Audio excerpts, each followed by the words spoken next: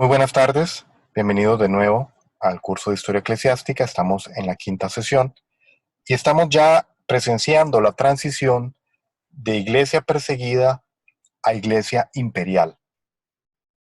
Y por supuesto, la figura destacada en este proceso, de esta transición, es Constantino. Constantino I o Constantino el Grande. Su nombre completo, Constantino Flavio Valerio Aurelio. En la clase anterior estuvimos comentando un poco de el sistema que Diocleciano intentó implementar para asegurarse que la sucesión y la administración del imperio fuera lo mejor posible. Sin embargo, al abdicar él y retirarse, en realidad el sistema no fue muy efectivo y nos encontramos con este panorama donde Constantino es uno de los contendientes al imperio, controla una parte de él, Britania, Galias, Hispania y una parte de África.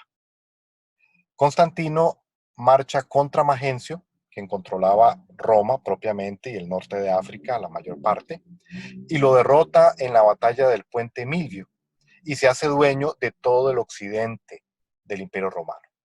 Él pacta con Licinio, como ya mencionamos, en el año 313, en Milán, para que Licinio se ocupe de Maximino II y le arrebate la parte que él controlaba, Egipto, Palestina, Asia Menor. Y es así como tenemos entonces a Constantino dueño de todo el occidente y a Licinio dueño de todo el oriente.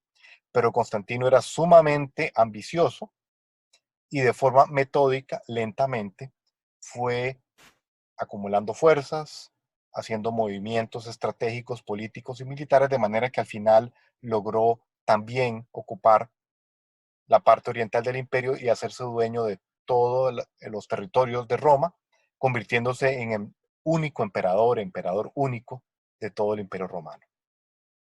Antes de abandonar estas consideraciones sobre la parte política y militar de Constantino, solo quiero mencionar que lo que estamos observando allí es una representación de él. Es una cabeza que formaba parte de una escultura monumental. De hecho, esta cabeza tiene dimensiones de 2,60 m solamente. Imagínense entonces el tamaño de la escultura completa, de la que solamente nos quedan algunas partes. Ahí está la cabeza, una mano, una parte de una rodilla, de una pierna, el pie.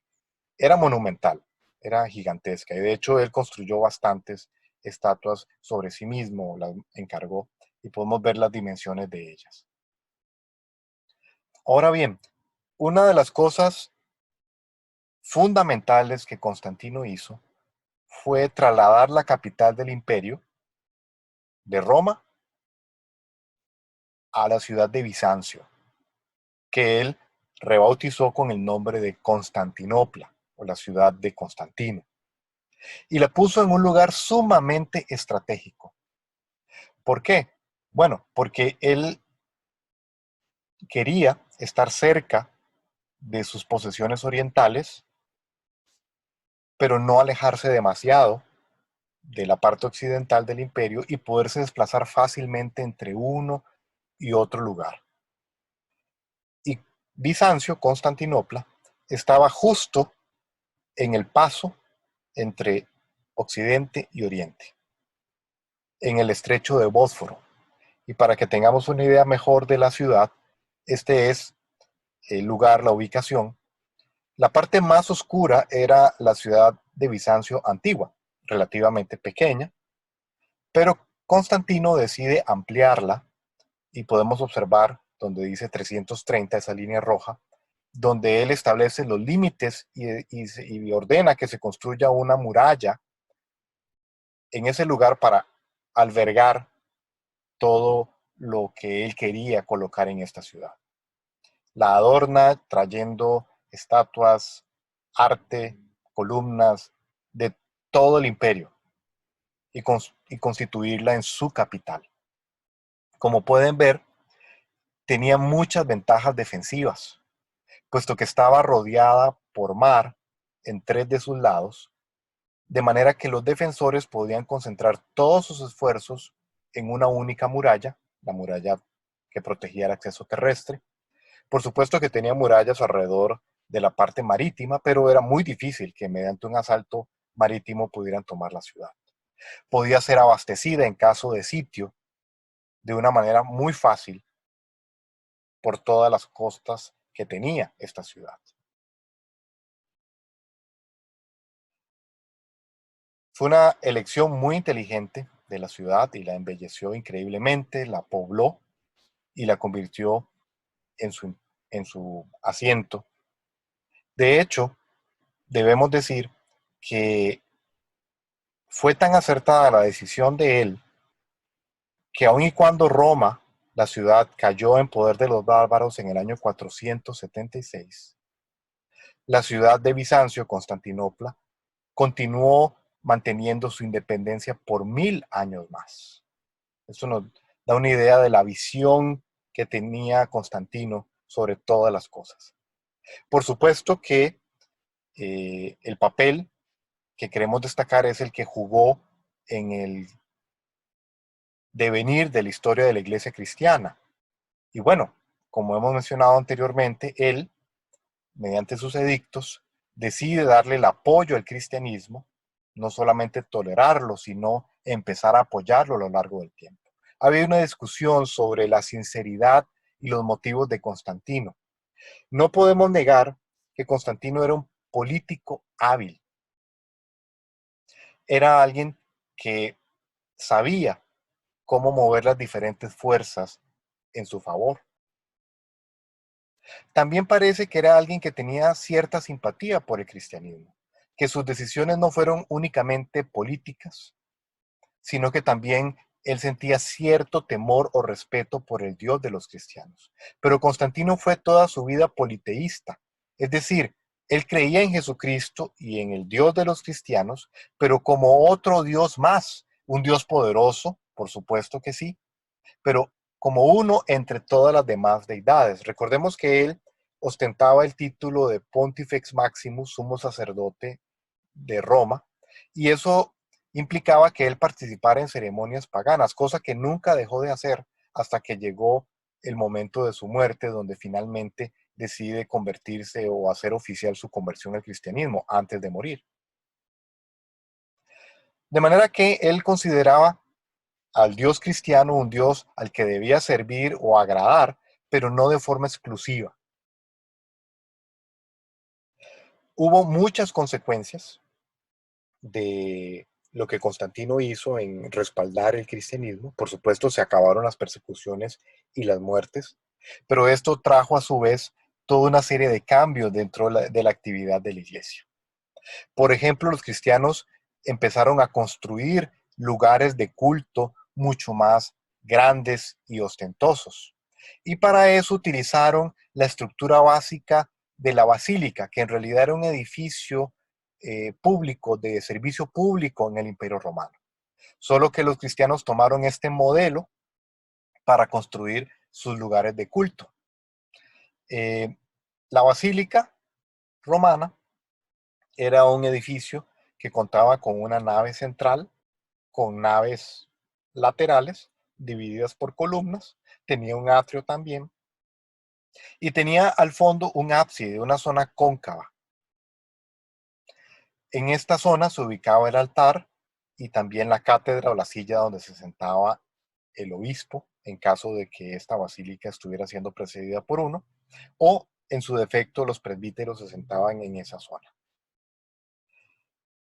Podemos ver aquí cómo se vería de afuera una típica basílica de esa época, donde tenemos el atrio, una fuente de agua, un lavacro, después un pasillo o antesala a la nave central, las naves laterales, podemos observarlas también, y hay un edificio al lado de forma eh, cilíndrica, que era el bautisterio.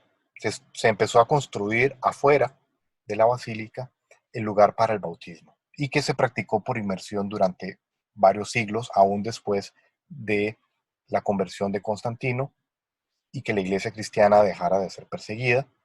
El bautismo se siguió practicando por mucho tiempo de esa manera.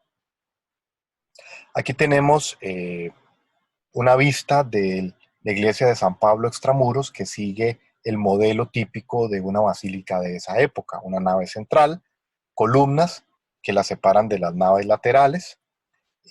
Podemos observar las ventanas de la nave central para que permitían mejor iluminación y ventilación en la iglesia. Y al fondo tenemos el ábside o la zona cóncava, donde está ubicado el altar y las representaciones artísticas generalmente. Pero no solamente la arquitectura o los lugares de culto sufrieron un cambio, también se empezó a introducir el uso del incienso, que antes había sido una cuestión de uso imperial y pagano, se empezó a utilizar en la iglesia cristiana. También la vestimenta para el servicio cambió, se volvió más ostentosa y más de características imperiales. Y se empezaron a construir estos lugares de culto en lugares donde habían estado enterrados mártires, y esto degeneró en la veneración de las reliquias. Se consideraba más sagrado ese lugar donde estaba enterrado alguien que hubiera muerto por la causa de Jesucristo, puesto que ya no era algo común, y por lo tanto se creía que en ese lugar se podía manifestar más la presencia de Dios. Y esto fue llevando poco a poco a empezar a venerar estas reliquias.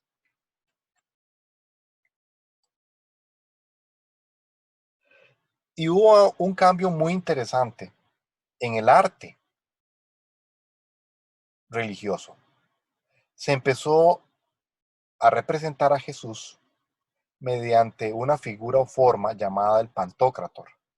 Es una palabra griega que significa panto, todo, y krator, de kratos, poder, el todopoderoso. A Jesús ya se le empezó a representar como un emperador, sentado en un trono, como el que estaba gobernando. Y es que la gente asoció el ascenso de Constantino y el favorecimiento a la iglesia como el establecimiento del reino de Dios, de las promesas de Dios en la tierra.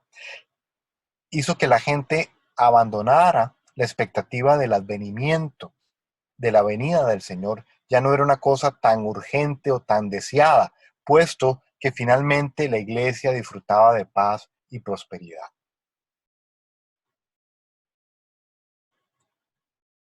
Esta imagen que vemos allí es una de las más antiguas que se conservan de este estilo de representar a Jesús.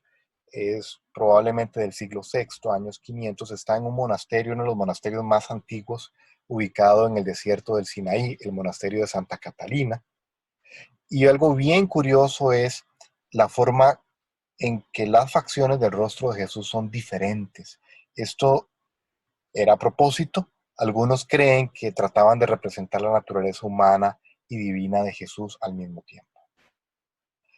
Bien, esperamos que puedan hacer la lectura correspondiente y enriquecer esta información y puedan participar del foro respectivo. Feliz noche.